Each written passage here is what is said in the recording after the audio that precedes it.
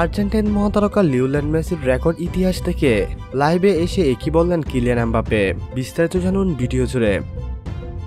মেসির দুর্দান্ত পারফরমেন্সে 6-2 গোলে উড়ে গেছে রেড বুলস। এ নিয়ে এমএলএস-এর 14 ম্যাচে 25টি অ্যাসিস্ট করলেন বিশ্বকাপজয়ী আর্জেন্টাইন তারকা। চলতি মৌসুমের 8 ম্যাচে করেছেন 10 গোল 12 অ্যাসিস্ট। গোল ও অ্যাসিস্টে এক মৌসুমেই 2 অঙ্কের গড়ে পৌঁছে মেসি মিয়ামির হয়ে রেকর্ড করেছেন।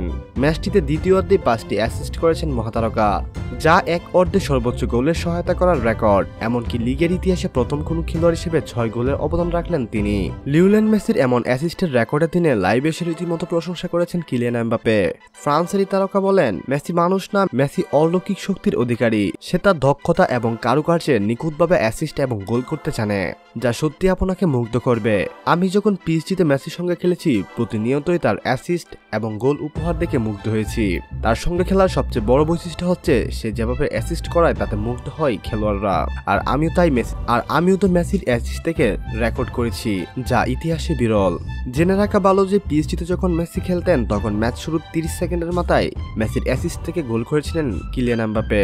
আর আজকের ম্যাচে 6 গোলের মধ্যে 5টিতে অবদান ছিল লিও মেসির। একটি গোল তিনি নিজে করেছেন এবং 5টি গোলে সহায়তা করেছেন। তাছাড়াও সুয়ারেজের হ্যাটট্রিকের 3টি বলেই সুয়ারেজকে তিনি দিয়েছেন।